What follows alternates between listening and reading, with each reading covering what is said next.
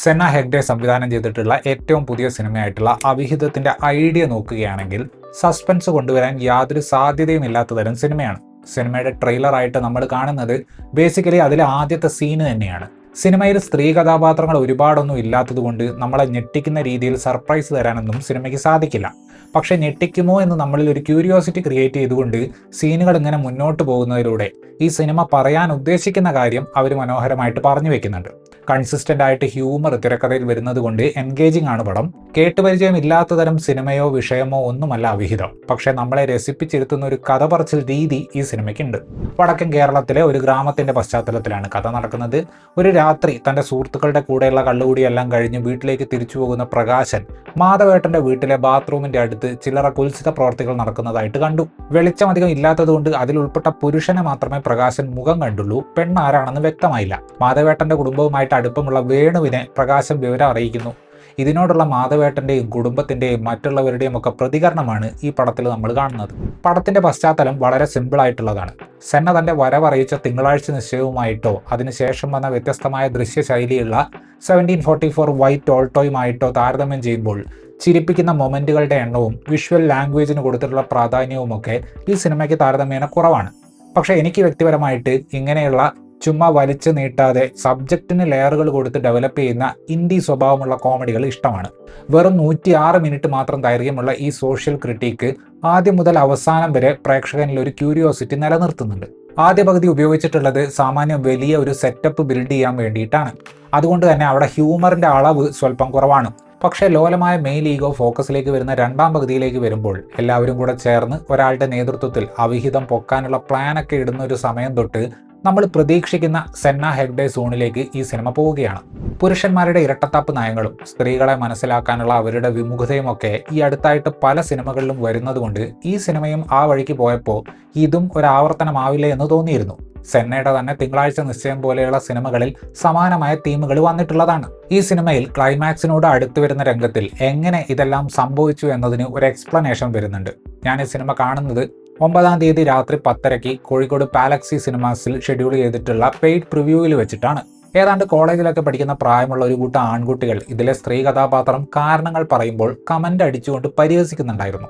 ആവർത്തന വിരസതയാകുമോ എന്ന എൻ്റെ മനസ്സിൽ വന്ന ചോദ്യത്തിന് ആ യുവാക്കൾ തന്നെ ഒരർത്ഥത്തിൽ മറുപടി തന്നു. പടം കോമഡി ആയിരുന്നെങ്കിലും സിനിമയിലെ സദാചാരവാദികളായ നാട്ടിൻപുറത്തെ മധ്യവയസ്കരും തിയേറ്ററിനകത്തുണ്ടായിരുന്ന പുതുതലമുറയും ഒരേ ലെവലിലാണ് ചിന്തിക്കുന്നത് എന്ന് മനസ്സിലാക്കേണ്ടി വന്നത് സ്വല്പം സങ്കടകരമായിരുന്നു. തിങ്കളാഴ്ച നിശ്ചയത്തിലൊക്കെ ഉപയോഗിച്ചതിന് സമാനമായ ഒരു ഫിലിം മേക്കിംഗ് ശൈലി തന്നെയാണ് സെന്ന ഇവിടെയും പരീക്ഷിക്കുന്നത്. വളരെ സ്വാഭാവികമായിട്ട് സംസാരിക്കുന്ന സീനുകളിൽ പോസുകൾ കൊടുത്തും രസകരമായ കൗണ്ടർ ഡയലോഗുകൾ പ്ലേസ് ചെയ്തുമാണ് ഹ്യൂമർ ക്രിയേറ്റ് ചെയ്യുന്നത്. വിഷ്വൽ കോമഡിയിലേക്ക് കാര്യമായിട്ട് സിനിമ പോകുന്നില്ല. പിന്നെ സ്വല്പം സ്പൂഫ് സ്വഭാവത്തിലുള്ള തമാശകളും ഇടയ്ക്ക് കയറി വരുന്നുണ്ട്. ഞാൻ ആദ്യം പറഞ്ഞ പ്ലാനിംഗ് നടത്തുന്ന സീനിൽ അതെല്ലാം കാണാൻ പറ്റും. ക്ലൈമാക്സിന് അടുത്തേക്ക് വരുന്ന മൊമെന്റ് അവർ ബിൽഡ് ചെയ്ത് കൊണ്ടുവരുന്നത് വളരെ ഇംപ്രസീവ് ആയിരുന്നു. ഞാൻ ആദ്യമേ പറഞ്ഞതുപോലെ ഇതിലെ സ്ത്രീ കഥാപാത്രങ്ങളുടെ എണ്ണം വളരെ കുറവാണ്.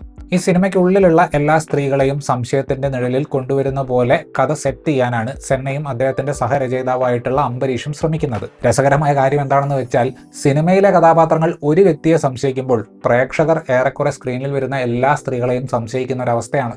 എളുപ്പത്തിൽ ജഡ്ജ് ചെയ്യുന്ന ആളുകളുടെ മെന്റാലിറ്റിയെ വിമർശിക്കുക എന്നത് തന്നെയാണ് അവസാന ഭാഗങ്ങളിൽ സിനിമ ആഗ്രഹിക്കുന്നത്. നിർമ്മലയുടെ അമ്മായിയമ്മ കഥാപാത്രം ആ ഭാഗത്ത് പറയുന്ന ഒരു ഡയലോഗ് ആ ഒരു പർപ്പസ് പൂർത്തിയാക്കുന്നതിൽ സിനിമയെ നല്ല രീതിയിൽ സഹായിക്കുന്നുണ്ട്. ഒരു പണിയുമില്ലാതെ ബാക്കിയുള്ളവരുടെ കുടുംബം കലക്കാൻ നടക്കുന്ന പ്രകാശിനെ രസകരമായിട്ട് തന്റെ സ്ഥിരം ശൈലിയിൽ രഞ്ജി കാങ്കുൽ സ്ക്രീനിൽ അവതരിപ്പിച്ചിട്ടുണ്ട്. ടൈലർ വേണുവേട്ടനായിട്ട് ഉണ്ണിരാജ് നല്ല പ്രകടനമാണ് കാഴ്ചവെച്ചിട്ടുള്ളത്. ആൻഡ്രോയിഡ് കുഞ്ഞപ്പനിലൊക്കെ ഡോക്ടർ കഥാപാത്രമായിട്ട് വന്നിട്ടുള്ള ധനേഷ് കോളിയാട്ടിന് ഈ സിനിമയിൽ സാമാന്യം പ്രാധാന്യമുള്ള മാസ്റ്റർ പ്ലാൻ തയ്യാറാക്കുന്ന വ്യക്തിയുടെ റോളാണ് ലഭിച്ചിട്ടുള്ളത്. പുള്ളിയും നമ്മളെ നല്ല രീതിയിൽ ചിരിപ്പിക്കുന്നുണ്ട്. എന്നാൽ താൻ കേസുകൂടി സിനിമയിൽ സുരേശനോട് കോടതിയിൽ വരാൻ പറഞ്ഞ പോലീസുകാരനെയൊക്കെ അവതരിപ്പിച്ച രാകേഷ് ഉഷാർ ഈ സിനിമയിൽ സ്വല്പം വ്യത്യസ്തമായ ഒരു കഥാപാത്രത്തെ അവതരിപ്പിക്കുന്നുണ്ട്. ആരെന്ത് പറഞ്ഞാലും വിശ്വസിച്ചു പോകുന്ന ആ കഥാപാത്രത്തെ പുള്ളി നല്ല രീതിയിൽ തന്നെ സ്ക്രീനിൽ അവതരിപ്പിച്ചു. നിർമ്മലയായിട്ട് വന്ന വൃന്ദ മേനോനും നിർമ്മലയുടെ അമ്മായിയമ്മയായിട്ട് വരുന്ന അമ്മിണി ചന്ദ്രാലയവും ചെറുതെങ്കിലും ഓർമ്മയിൽ നിൽക്കുന്ന കഥാപാത്രങ്ങളെയാണ് അവതരിപ്പിച്ചിട്ടുള്ളത്. ഇവരോടൊപ്പം വിനീത് വാസുദേവൻ, രഞ്ജിത്ത് പുന്നാട് തുടങ്ങി സെന്നയുടെയും രതീഷ് ബാലകൃഷ്ണ പൊതുവാളിന്റെയും ഒക്കെ സിനിമയിൽ കാണുന്ന ഒരുപാട് പേർ ഈ സിനിമയിൽ ശ്രദ്ധേയമായ കഥാപാത്രങ്ങളിൽ വരുന്നുണ്ട്. വലിയ സ്കെയിലിനെയും സൂപ്പർ താരങ്ങളെയും ഡിപ്പെൻഡ് ചെയ്യാതെ ചെറിയ സ്കെയിലിൽ എഴുത്തിനെയും പെർഫോമൻസുകളെയും കൂടുതൽ ആശ്രയിച്ചുകൊണ്ട് ഉണ്ടാക്കുന്ന കോമഡി സിനിമകൾ ഇഷ്ടപ്പെടുന്ന വ്യക്തികളാണ് നിങ്ങളെങ്കിൽ നിങ്ങളെ എന്റർടൈൻ ചെയ്യിക്കാനുള്ള ഘടകങ്ങൾ ആവശ്യത്തിനുള്ള ഒരു സട്ടയറാണ് അവിഹിതം. പ്ലോട്ടിന് ഗുണം ചെയ്യാത്ത തരത്തിലുള്ള സീനുകൾ ആഡ് ചെയ്തുകൊണ്ട് സിനിമയുടെ നീളം കൂട്ടാൻ അവർ ശ്രമിച്ചിട്ടില്ല. ചുരുക്കത്തിൽ ഇരട്ടത്താപ്പുള്ള ആണുങ്ങളുടെ സദാചാര നയത്തെ എന്റർടൈനിങ് ആയിട്ടുള്ള ഒരു ഫോർമാറ്റിൽ വിമർശിക്കുന്ന സിനിമയാണ് അവിഹിതം. ഇത്രയുമായിരുന്നു ഈ സിനിമയെക്കുറിച്ചിട്ടുള്ള എൻ്റെ റിവ്യൂ. വീഡിയോ ഇഷ്ടപ്പെട്ടാൽ ലൈക്ക് ചെയ്യുമെന്നും കൂടുതൽ വീഡിയോകൾക്ക് വേണ്ടി ഈ ചാനൽ സബ്സ്ക്രൈബ് ചെയ്യുമെന്നും പ്രതീക്ഷിക്കുന്നു. താങ്ക്